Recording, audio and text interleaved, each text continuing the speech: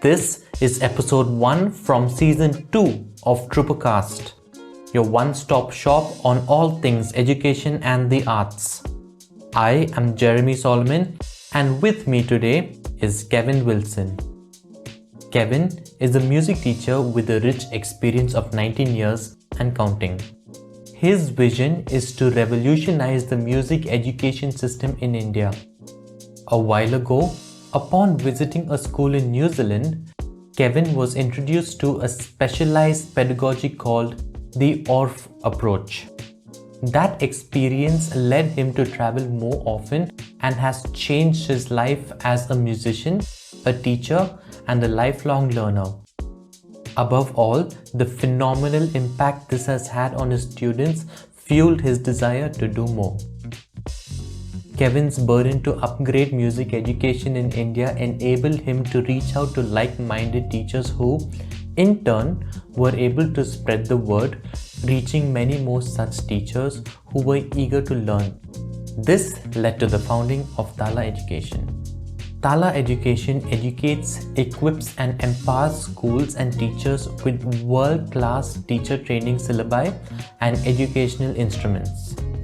Join us as we discuss, among other things, processes, pedagogy, careers in music, and music in education.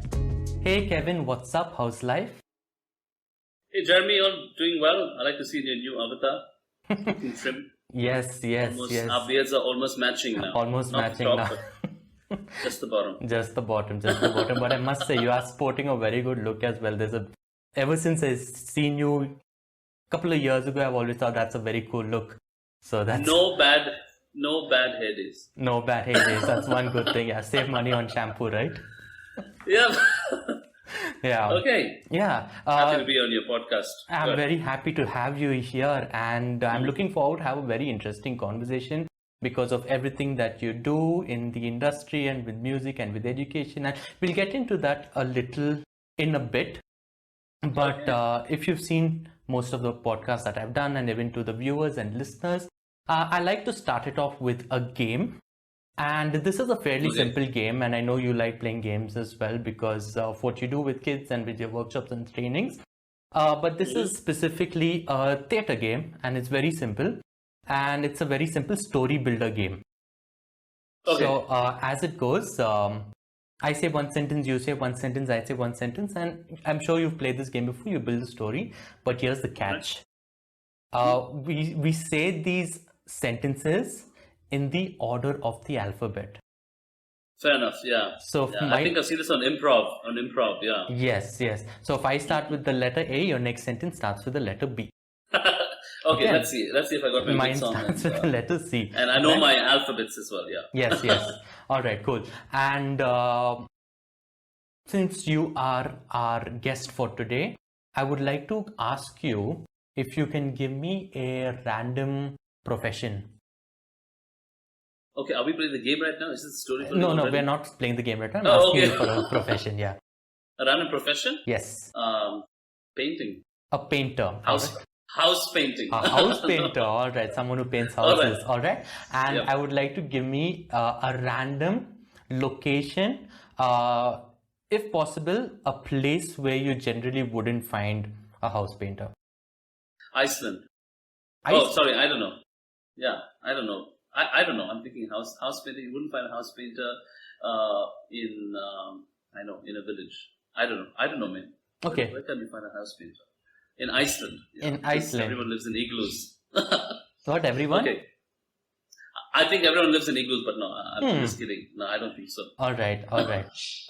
Okay. Let's give a random thing. For instance, when I say location, it could be like a bus stop or a factory. A bus stop. A bus stop. Bus Okay. stop. Okay. Perfect. So here's what this is. Both of us are painters, and we are at a bus stop. That's our location and situation as well. Okay. We don't know each other and we bumped into each other. Okay. So let's know each other. Okay. Yeah. Let's do this. Okay. So since you gave me the profession and location, I am going to do I'm going to start. Okay. All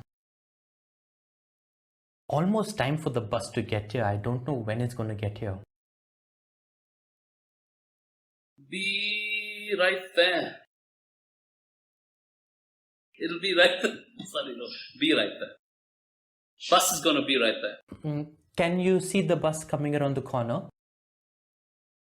Damn, that looks so unpainted. Excuse me, can I ask you why you're talking about the bus being unpainted? Forget about what you're saying. Look at the bus there. Goodness gracious, you're right, that is unpainted. Really? Yes. I propose we do something about it. Jump up and down. That's what you gotta do.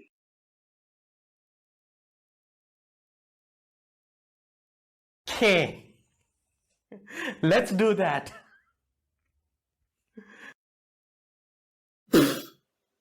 Like what? Maybe what we should do is take some of those paints from your tool bag, because I have some paint brushes. No. What we will do is paint with our hands. Okay, but I haven't really done much of finger painting since I was in school. Please, then what type of painter are you? Quiz. Which colors do you think we should mix to get the color we want? Rosy pink.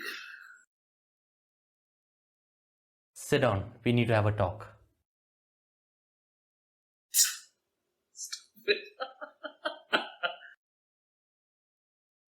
I said sit down. Oh, that's the t. Understandable the way you're feeling right now, because I don't really think it's our job to paint the buses. We'll be doing the city a favor. Very boring for me to do this. That's why I'm asking us to do it, so we're not bored. What are you gonna do about it, right?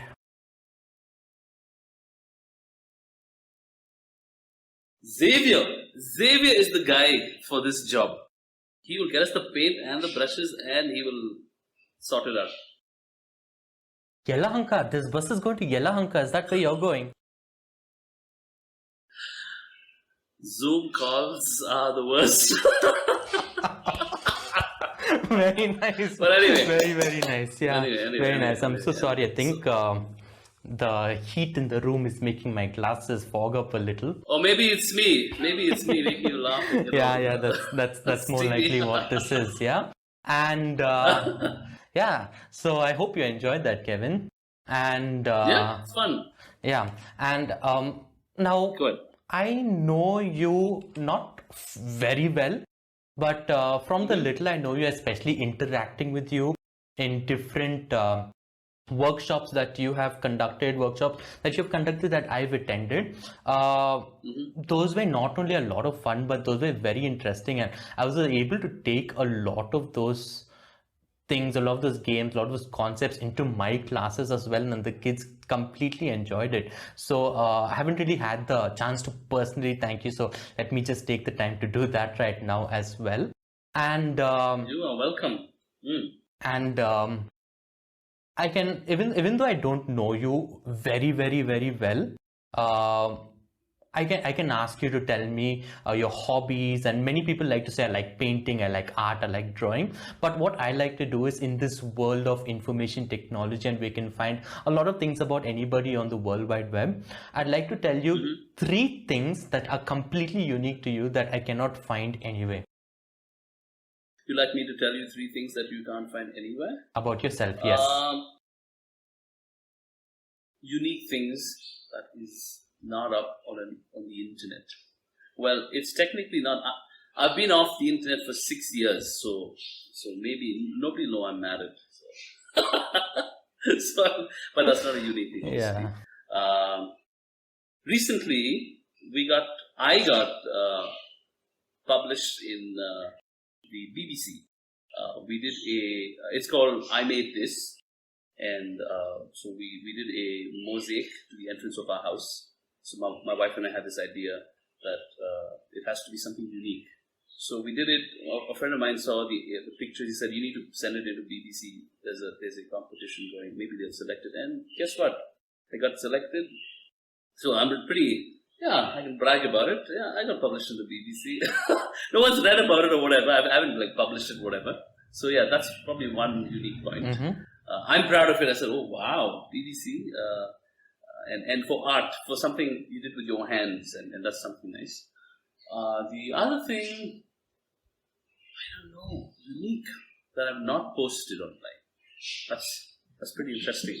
I've not unique things. I can obviously. There's so many other things that we can talk about, but everybody knows me. Yeah, I mean, I've had guests come on the podcast and say things like I'm lactose intolerant. It could be absolutely anything. Okay, I learned to swim. No, I know that's a sad. If that counts, I just learned to swim 3 years ago because of my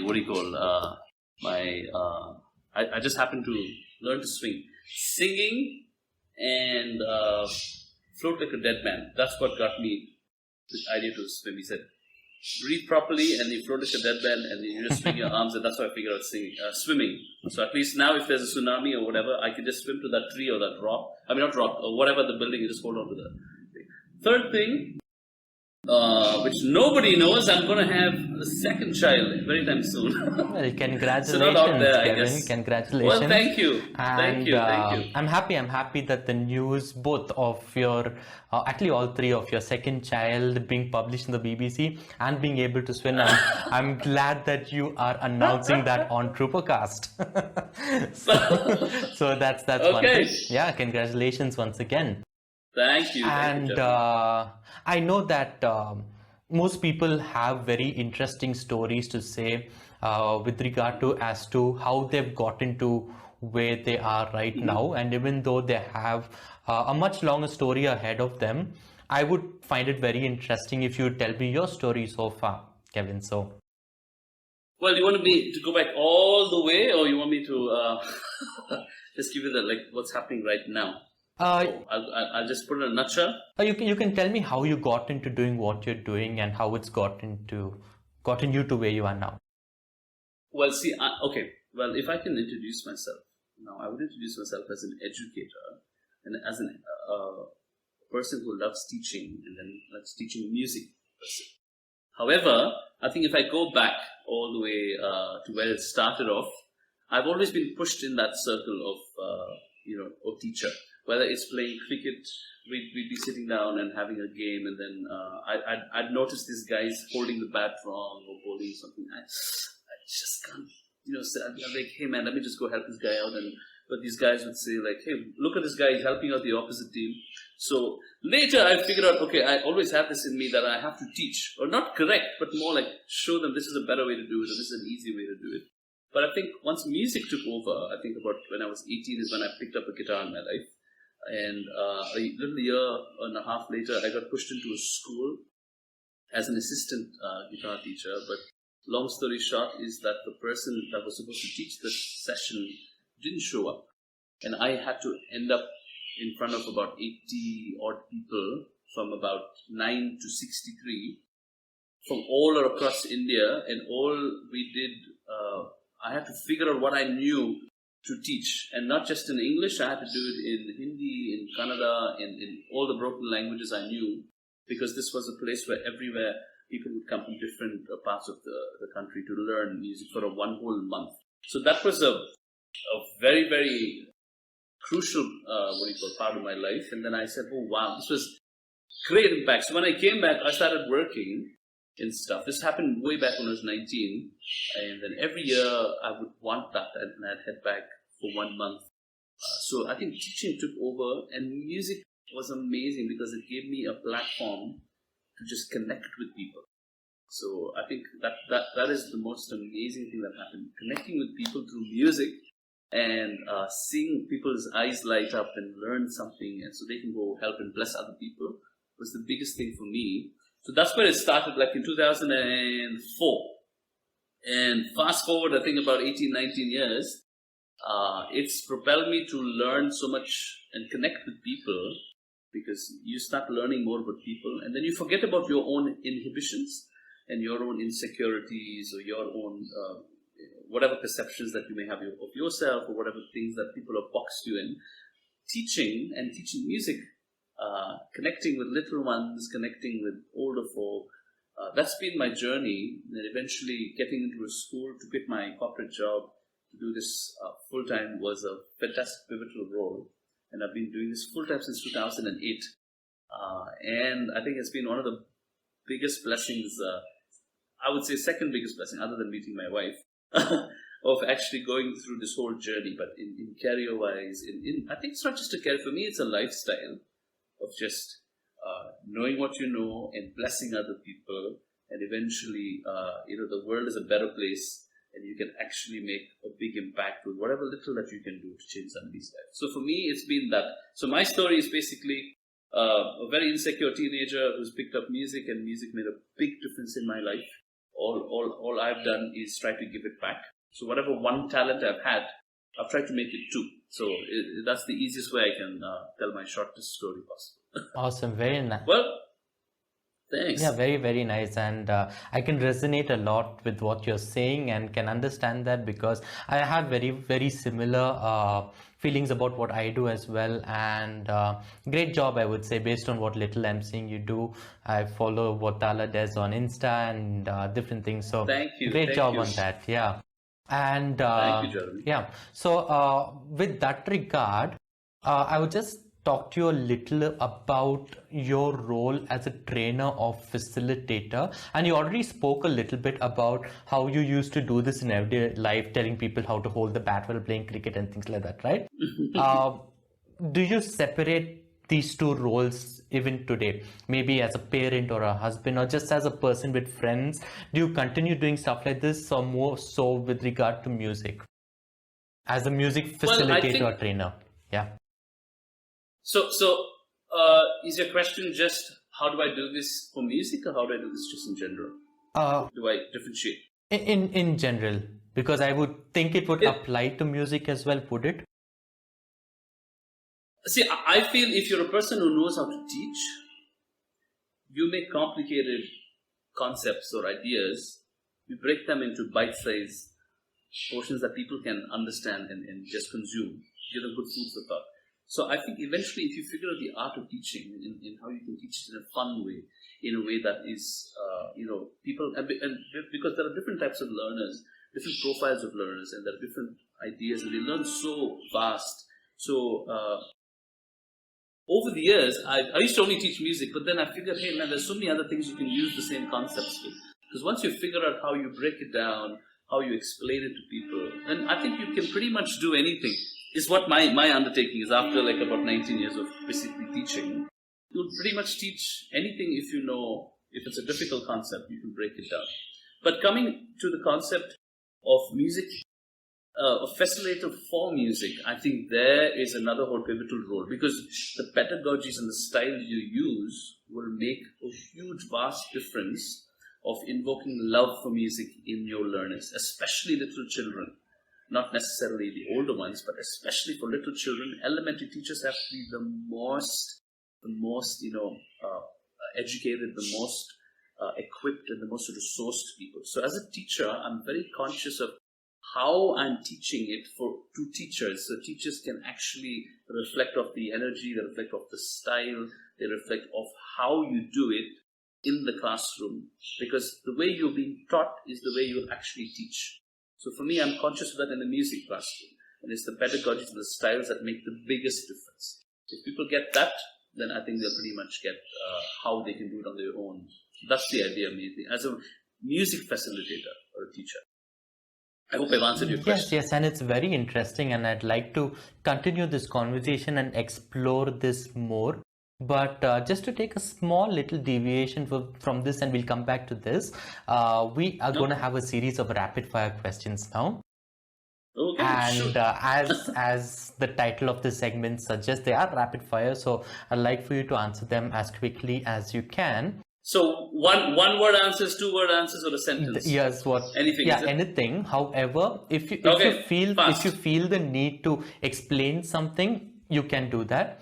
And if you feel uncomfortable answering anything, you can just say skip, and we'll go to the next one. Yeah? Okay. All right. Okay. So here we go.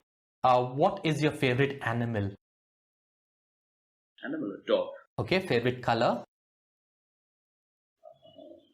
Blue. Favorite food? Masala dosa. Who is your hero? My hero. Oh, my mum. Okay. Okay. Okay. Where did you go on your last vacation? Goa. It's very easy. Yeah. Okay. In the pandemic, yeah. Okay. What is your go-to pastime? My go-to pastime. Oh, unfortunately, all my hobbies have become my work. Right now, go-to pastime. I think I caricature. Okay. I just want to caricature. That just relaxes me, so I get off. Yeah, or maybe I just run. Very nice. What was your favorite subject in school? History. What is your favorite type of music? Jazz. What is your favorite movie genre? Comedy. Favorite rainy day activity? Ooh, is this a PG-13 show? Well, having pakoras and watching a movie. All right, very nice. Yeah. What is your Yeah. guilty pleasure? My guilty pleasure is to eat on a nice whole bar of almond chocolates. Okay. Quietly, without my wife or kid knowing. All right. Your go-to karaoke song? Karaoke song. Oh man, I don't do karaoke. I play my own music and do karaoke. All right. I mean, and sing. Okay, then what is your Sorry. go-to song to play if someone asks you? My go-to song is shit. I can't. Ba-da-ba-bum-bum-bum-bum-bum-bum. I'm forgetting the song. You got a friend Yes, in me. yes. You got a friend in me. Randy Newman, Anytime. right? Yeah. Okay. Yes, it's one of my favorite Very songs. nice. Yeah. Yep.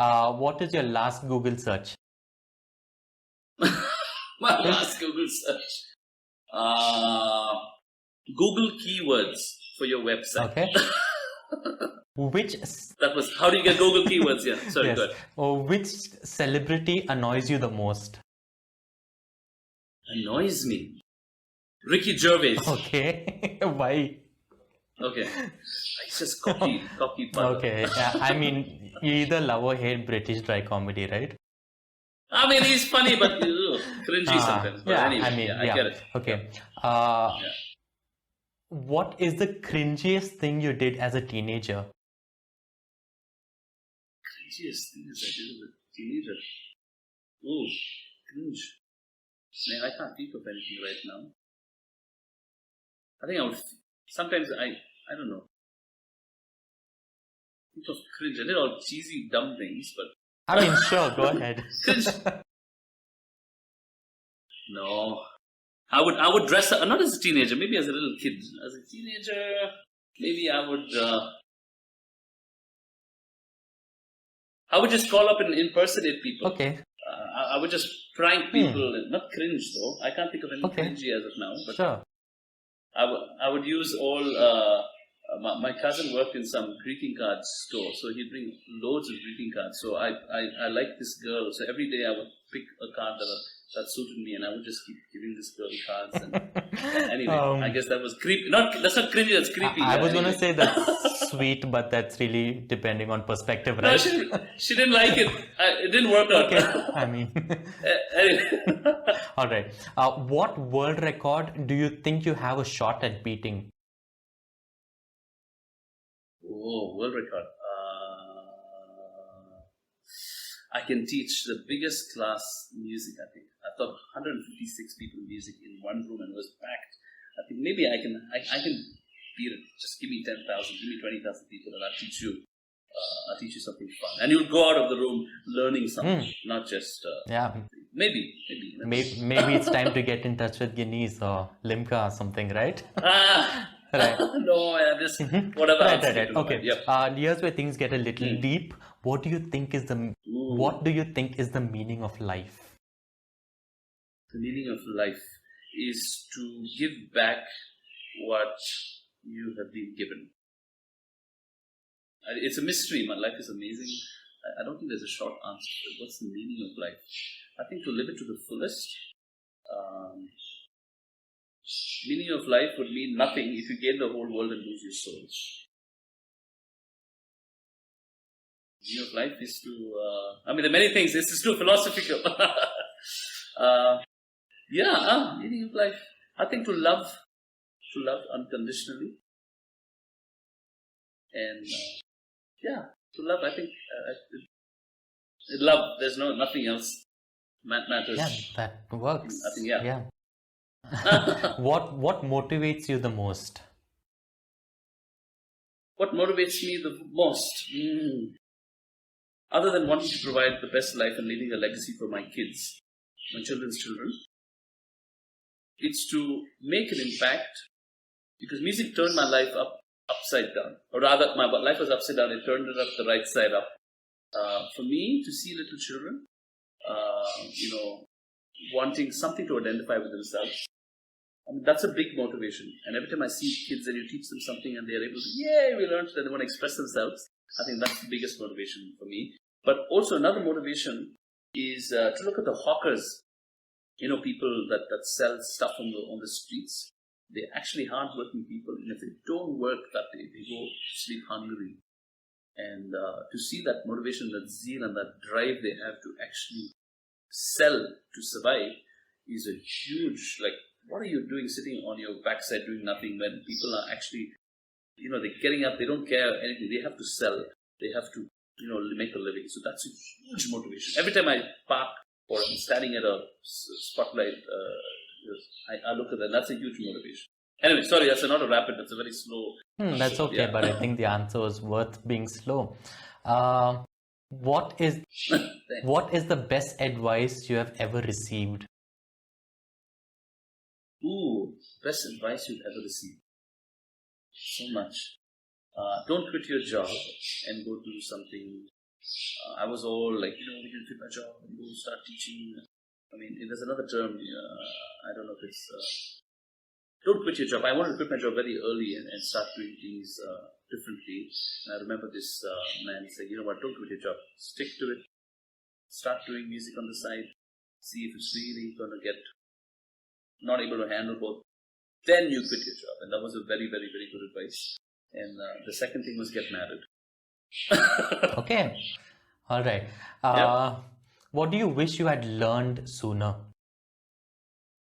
A fantastic way, a fun way of teaching music that I do right now. I wish I learned when I was just a beginner teacher. I think whatever impact I would have had a 100-fold impact with my students, and I think I would have learned things sooner. But then, rapid fire answer. So I'm going to shut up. Are you where you want to be in life? Pretty much, yes. Very happy to be 38 and quit my job and doing our thing, what we really love to. Very, very content with age and what we're doing in life. Yep. Okay.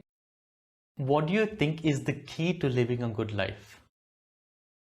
The key to living a good life is to get your moral compass with an absolute truth, not subjective. Get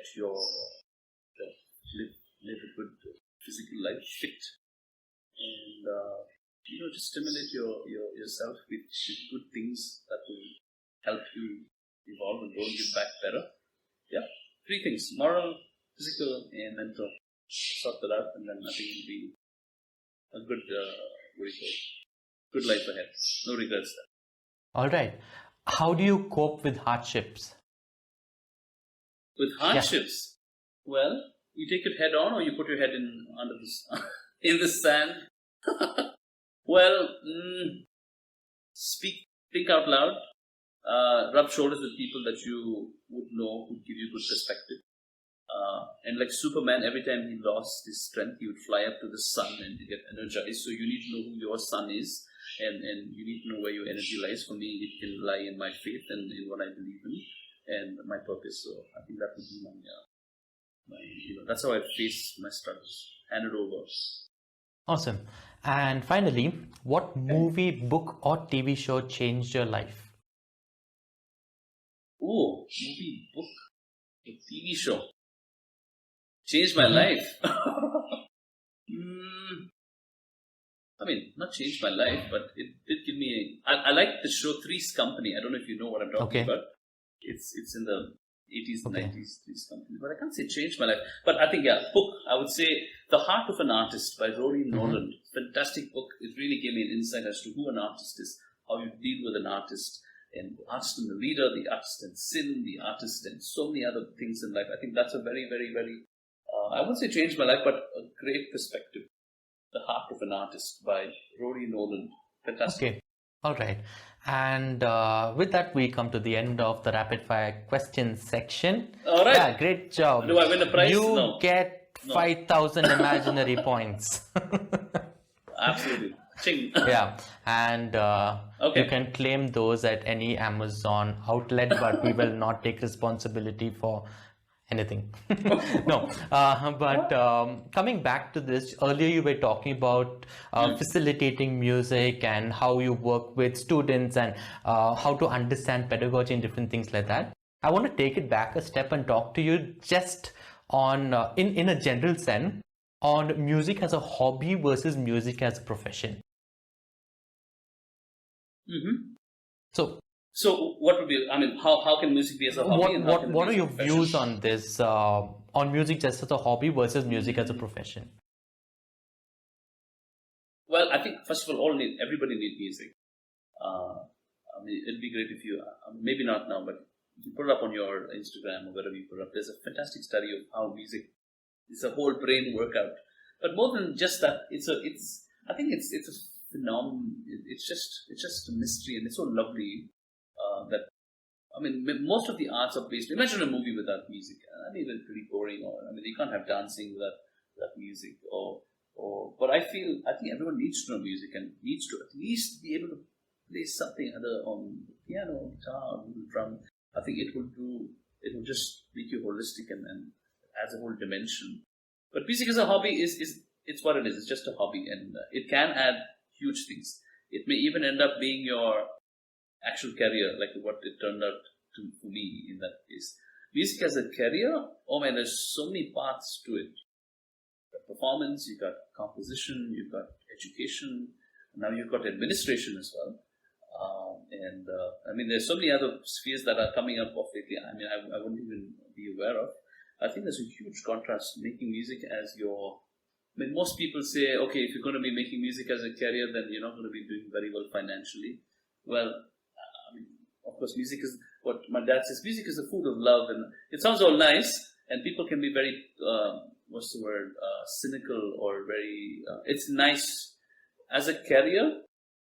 If you are awesome, if you're some prodigy, or you are fantastic in skill, people will come to you, and you don't have to go to anybody. And now, obviously, with your whatever Instagram or any social media, people will just pick you up, and you're going to be really famous. But there are famous people, or rather, not famous people. There are fantastic people who are not famous. So you've got both as well. But generally, music as a career is in India, for that matter. I think maybe now people, I don't know. I'm not very certain as to the respect or maybe let me put it this way. If you're not single, you won't, I mean, you'll get this if you're married. If you're looking for a girl, and if you're the person to actually entertain the crowd, and people will be like, hey, Kevin's come, and can I marry you? Oh, no. So it can be very skeptical. I'm being very realistic as a performer. People think, either you're an amateur performer, they think you play in public bars, pubs, and weddings, or they wouldn't know that there are many other spheres of music where you can actually do production, and you can make quite a lot of an impact, and even monetarily, well, it can be very, very lucrative. There's handling talent as well. There's music administration. So there is a huge contrast. I say music for everybody, but as a career, for me, it's been fulfilling to be an educator, because educatorship and musicianship go hand in hand as well. You can make a big impact in performance. But in the context of India, I'm actually adding that extra question. I think people are getting to see that there's an alternative options with good opportunities coming up. I think it can be a very, very, very good alternative music as a career if you're looking at it from a very, very... I want to look at this as an option. This is something that I express, feel really good at. There are so many spheres that you can actually head down. Music is a hobby. Everyone should be doing it. I don't know. I'm just probably going in circles, but I think that's my opinions about what music as a career and music as a hobby is. No, actually, that makes a lot of sense because even me, when I was growing up as well, you'd have these school fests and even the school band and the school choir and things like that. And most people would just do that on the side and the main focus would be academia. And that's fine. That's fine as well. But now seeing kids in school today, you see them do this, you see them do the academia, you see them do the fests and the music competitions and the choir and the school band and everything, but you see them go one step further to actually like maybe forming a band and going out and doing things. Or maybe I know kids that are pursuing classical music and things like that. So like you were saying, the whole perspective is changing. Then there are a lot of options that people are exploring these days, kids more so. But I want to talk to you more in a gentle sense of music and how it's evolving, because our parents would have probably listened to one type of music and their parents would have thought that this is garbage.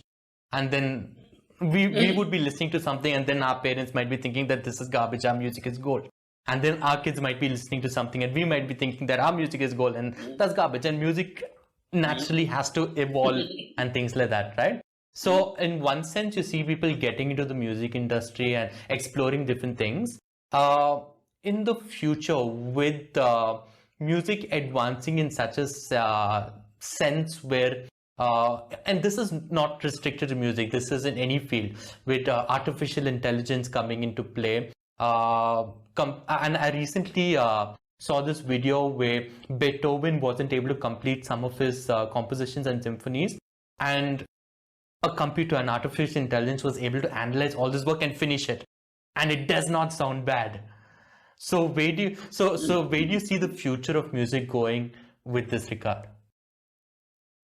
As us as consumers or as producers or makers? Makers of music more so. Well, I think at its bare bone, at what it is, it's one's expression. It's a person's expression of who they are. So obviously, as the years go by, you're going to have new genres of music and styles of music. But I think there are stuff that is always going to be evergreen, no matter what. No matter what. Classical music, Baroque music, Renaissance would always be what it is. However, I don't know about AI. Maybe 100 years from now, who knows? I don't know how it will evolve. But I think the more, I can say this maybe. The more technology is going to be artificially producing what it can produce, the human element of what we can produce would be more premium, more coveted, and more original. If you're talking about the AI stuff, I would say that would be what we make. I think the errors, when we modern digital music is so pristine, but the records had that little disturbance, and there's a beauty and joy in it. So there's joy in imperfection and all the small little things that make human to err is what we would like to hear. Of course, I'm not saying that make mistakes in music, but you know what I mean, though. The human touch and the human feel of how we want to say it, that's always going to be there.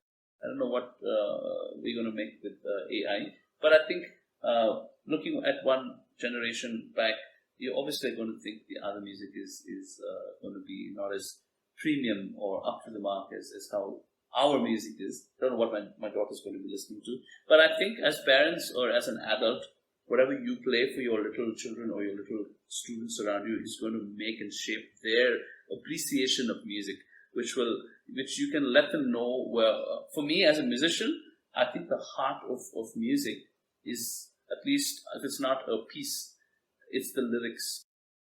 If the lyrics are very, very rich and beautiful and say the things that have to be said the right way, I would like to showcase that to people and say, give them an objective view and say, hey, which is better? You make the choice. I think that's what I would do. But eventually, You're always going to have people always going to be innovating, coming up with new styles of music. But I think the human touch would always be more superior than any other possible creation of music. Very, very interesting.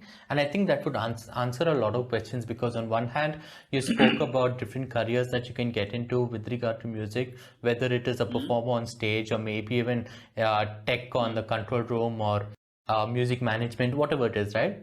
But I think it's important to know that even with the advancement in technology and artificial intelligence, like recently I saw the metaverse is, they're going to start having concerts in the metaverse and stuff, which kind of like takes away from the experience of going to a live concert in one sense, but that's a new experience in itself.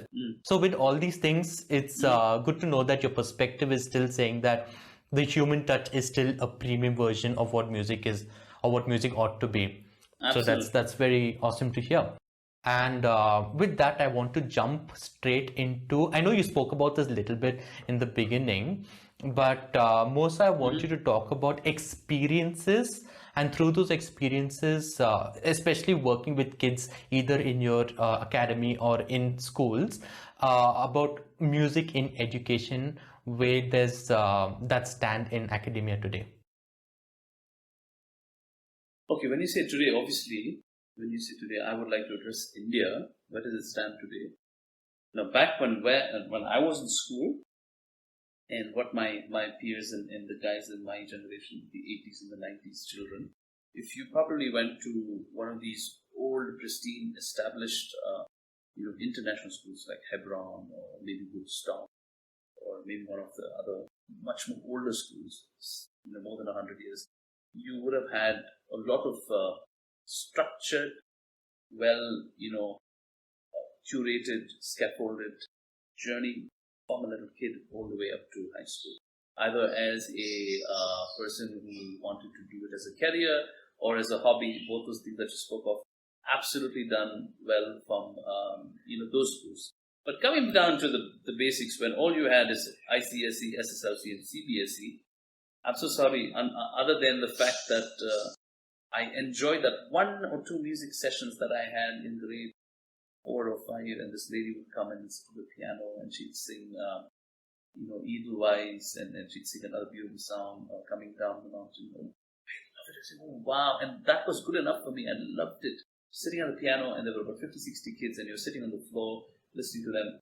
I mean, coming from there to coming now, where you have so many interesting things happening in school, I think there is definitely a shift in a few minimal shift. However, schools that are independent, schools that have owners and principals that appreciate what a holistic education is all about, have made huge, or rather will make huge changes in music. So, for me, right now, the situation is this. India is very rich in music. We've got Carnatic, Hindustani, and all the indigenous Sufi music, and so many other things that come from, or rather, it's originated in the at least the older India. Most at least Hindustani and Carnatic, and it's rich in it's the most complex form of music, and it also has a set way of how it is performed and taught, and it's been there for millennia. And that, nobody's not even going to compete. I'm sure everybody needs a boost in the arm, but that is already set in place. You learn under a guru. There are fantastic pundits and people who teach it, and it's verbally done, and it's a set system. However, when you come to the school education system, if you're a school that has a vibrant program, and that's a very handful of them, you probably have Western music taught in a very sheet music. That's about it. I'm sure there are fantastic people doing good work out there. However, the general thing is to do staff notation music. If you're talking, we have a solid program, is you do staff notation music. Eventually you have an orchestra, or you have some sort of ensemble that is being played in the school. But what happens to the little ones? You can't teach staff notation and all those things. So the little ones end up with either no music, or some person who has the ability to, who's musically inclined, will just play a few songs, or it's just the annual day program that they will have to practice for, or if it's a Christian school, they may have a Christmas program, or it's usually a concert that they'll put. And what happens out of the 1,000 odd children that are in school, only that 50, 100, or that 10 children in the band are the only ones that get to participate. Of course, you can make an argument saying, hey man, there are only 11 people in a football team. Only 11 can be. But that's football. Now, when it comes to music, music as a product, you can put up a performance, but music as a process, there can be a huge potential for us to make a whole paradigm shift. And how do you approach music as a subject? Now, how do you bring together kids with fantastic ideas and styles and pedagogies that will make children naturally express? So I think that there has to be a big change. And what I'm very happy about is after more than 33 to 34 years, the government has finally made a new education policy, bringing up the arts in par with the academics. Maybe it'll take another 10 years for us to change, but the big impact is going to be, what are we going to do with that mandate? So if we've got this mandate that arts have to be elevated there, I think schools, principals, managements, and teachers have to take stock as to how can the arts, not just music, movement, theatre, dance, how does it make a holistic way of educating a child so they can be confident. And you can also do music and movement in your other subjects, integrated fantastically in all the different things that you can possibly integrate. So huge possibility, huge potential.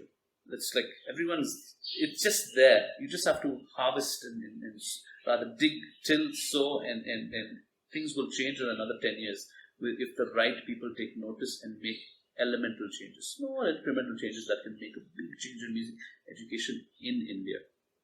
So it's a long, answer. No, it makes a lot of sense as well. And also, I really loved what you said about music as a product versus as a process, because that makes a lot of sense in the world today. Because today we live in a consumeristic society where we just want to consume and consume and consume, whether it is information or even food or whatever that's going around, and we are sometimes defined by that and judged by that.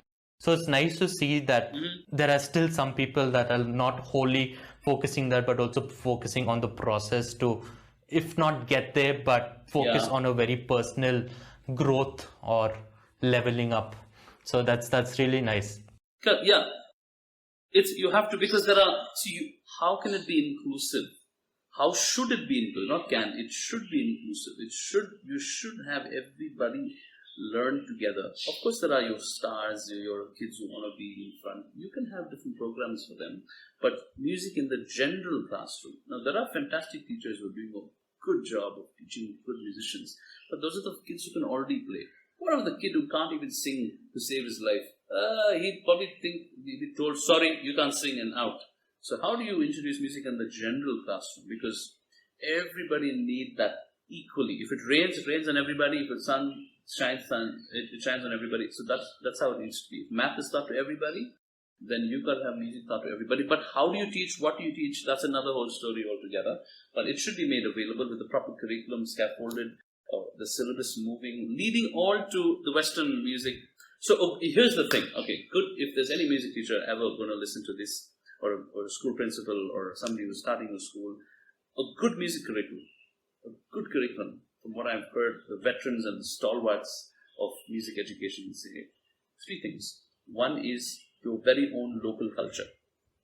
Now, when I say local culture, it doesn't have to be necessarily only Carnatic music. It can have elements of Indian folk songs. It has to have local culture. It has to have world music.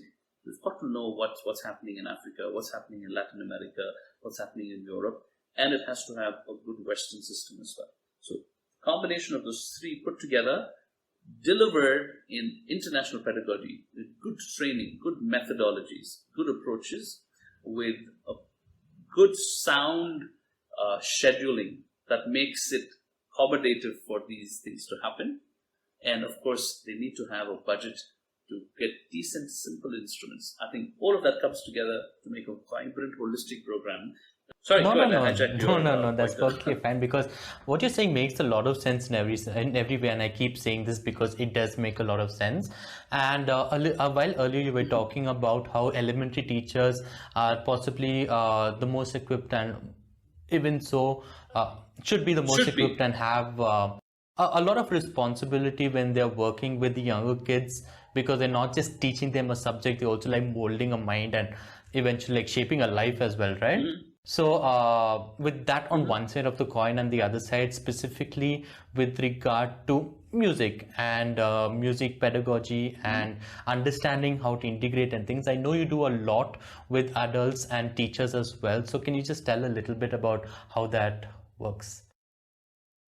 Okay, what we do as an Yes. organization, is that what you're talking about? Yes. What do I do? Okay, This will in Sorry, go turn ahead. also answer the question, what can be done?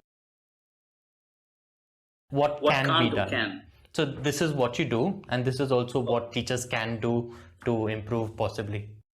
What it's all about is equipping. It's bridging all these gaps that we've seen for more than 2 decades in our own career as a educator, and 3 decades of being a student as well, and observing what's happening around. So the need for the hour is awareness. So we are trying to make people aware of the need for music and movement in education, number one. Making them aware through free programs, through calling the best in the world to put up these programs. So in the pandemic, it's been the best time. We've had people from Turkey, from Croatia, from South Africa, Singapore, Finland, Australia. We probably have a few more countries in them if there's another lockdown. So just spreading that there's many other ways to learn music, not just sitting and singing, or not just, come on children, let us sing. There's more things. So making people aware of multiple ways of music education in the general classroom, number one. Second thing is to bring the best professional development that teachers would need.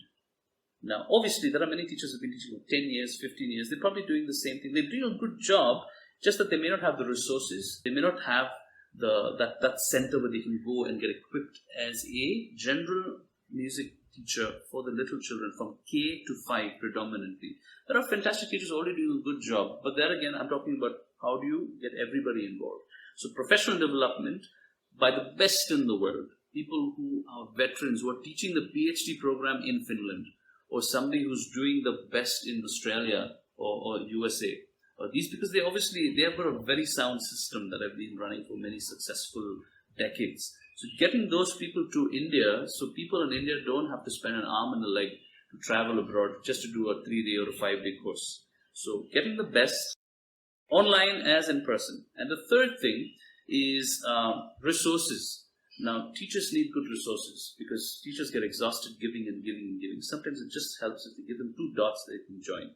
So coming up with syllabi that is relevant to the Indian culture, that would give them good contextual ideas with the Indian ethos, as well as to modern, stuff that the kids can identify, rich in world culture, as well as Indian, as well as world music.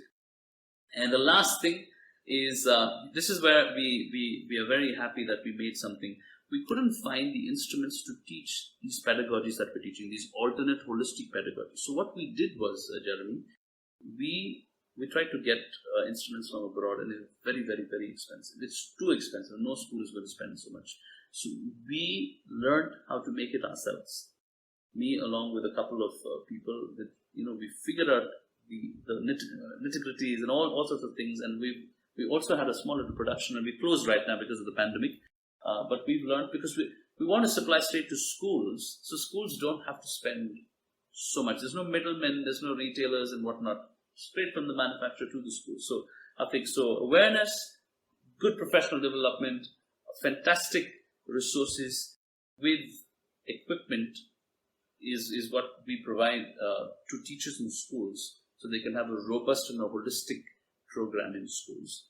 And what was your last question again? You said last, you can how can you, something you asked me, I lost track of. I was talking to you about specifically what does it do for teachers? or adults. So what would it do?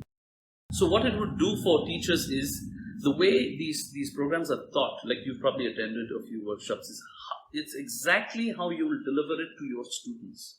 So rather than sitting and having lectures and all these boring long, this is how it is, and what's the quality of a good music teacher, no, it is done in a way you will actually be taught. You will be sitting as a student, dancing, moving, playing, all those things. So when you teach, you have a recall of this is how it was done, and you exactly, because remember, you teach how you were taught.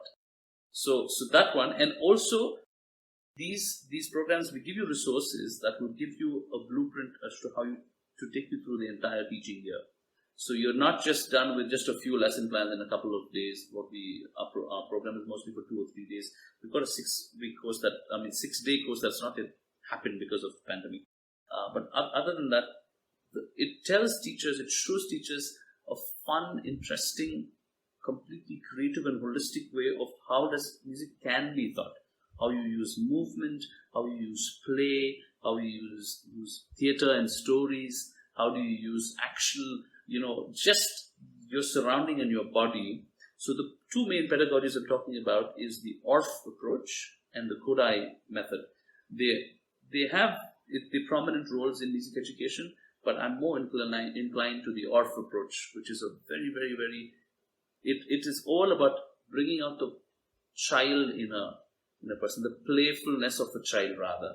And so teachers need to know that, and so if they can do that, then I think you'll have a very, very fun way of discovering music in a classroom. So that's what we're equipping teachers, a fun, interesting, and a very proven and tested method, or I wouldn't say method, we call it the approach, because you have your freedom of doing it as well. So that's what the teachers will learn. And when they go back, I think what happened to me when I traveled in New Zealand, it would transform my teaching. Just I said, what are these guys doing?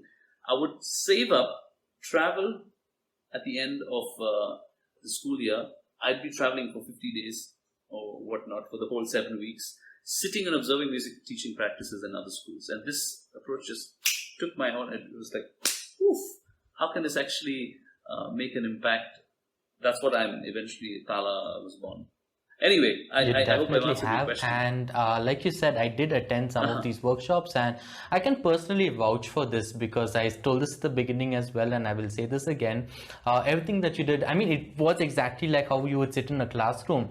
You started off with your basic instructions, you laid out the rules that we're supposed to keep in class, and you even gave us homework and everything. So it was a completely unique experience in itself, because I have attended different other workshops and everything for theater and everything, and they have their own ways of doing things and everything, but this is completely unique in itself, and it has helped a lot, like I've said earlier. So and if anyone else, whether it is teachers or schools when it comes to management, or just even people who are interested in exploring this avenue, go for it.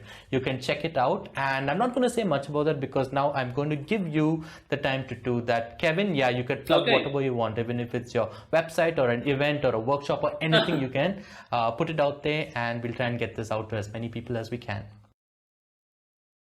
Absolutely, Jeremy. Absolutely.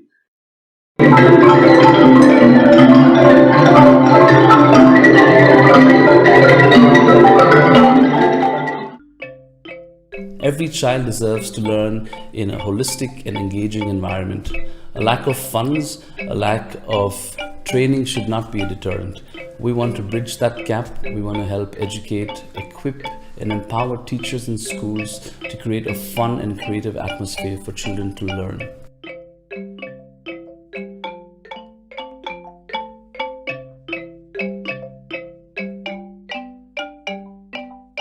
I'm from the music education department.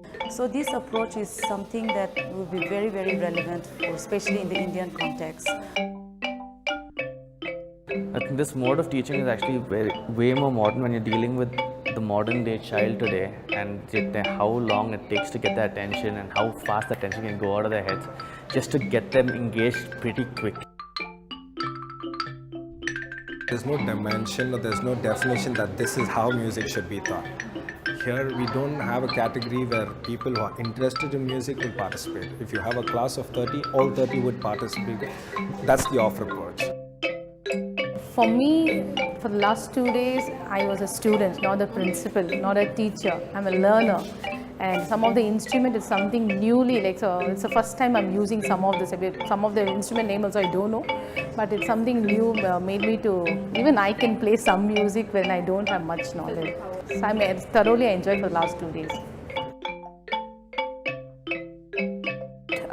Now these institutions that have created an environment where you just teach music and just through songs, that's all they want. But if you teach through these methods, the kids are using all of their body parts as instruments, and they learn so much more.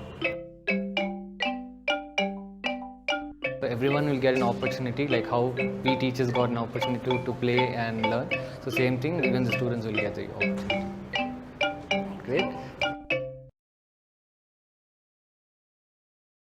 And to end off this very wonderful conversation, Kevin, in a very general sense, either based on our talk that we just had or from your experience or within the scope of your philosophy, what is a message that you would give to students? To students?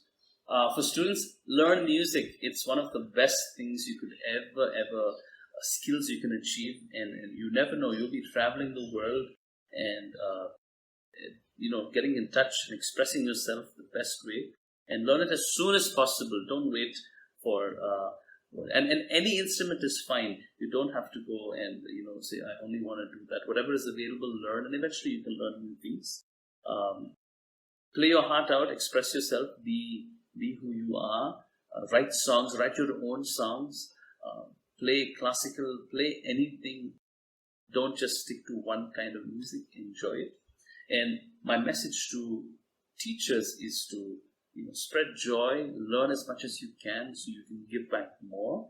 And I think if there are managements and teachers, principals that are listening, I think, and this is for me as well, and I always remind myself this, it's a quote, I'm paraphrasing this quote by Zoltan Kodály, who says, it's far more important who the music teacher in a small town is than who the choir conductor or the ensemble conductor of a big philharmonic orchestra is, because a lousy conductor can be fired.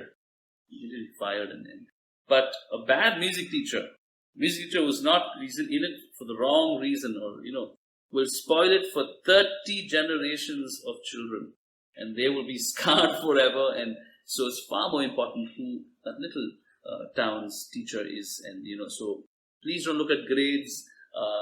It's only lets you know that people can play certain pieces. While it's very important, the heart of the teacher, what are the methods of teaching, what are the styles that they'll bring to the classroom, how can they inspire kids to learn multiple ways. I think that's the more important things to look at. And obviously, we want to bridge that gap, and Tāla wants to make huge waves in the music education, sector in India, and eventually give every child an experience, because everyone deserves to learn music. So equipping teachers and schools, that's what we want to do. So thank you, Jeremy. I'm very happy to be talking to you. I know you're doing a lot of good things for teaching, education and the arts. I wish you all the best as well. Thank you for having me on your show, and I really appreciate all the fun questions, and I hope I've been speaking. It's been more than an hour, so hope people will listen and yes. be blessed to be encouraged. Yes, thank you so much, Kevin, once again for agreeing to be on this podcast. And it wasn't just an interesting conversation, it wasn't just a fun conversation, but for me it was also inspiring, and in many senses had me rethink the way of I facilitate a class or a session as well. So thank you for that. And welcome. And yeah, so with that, we have come to the end of this wonderful conversation. So Fantastic. Thank you once again, Kevin. Thanks for listening. If you enjoyed this episode and you'd like to help support the podcast, please share it with others, post about it on social media, or leave a rating and review. To catch all the latest from TrouperSphere and TrouperCast, you can follow us on Instagram. The handle is @TrouperSphere. and make sure to watch our podcast videos on YouTube. Thanks again, and I'll see you next time.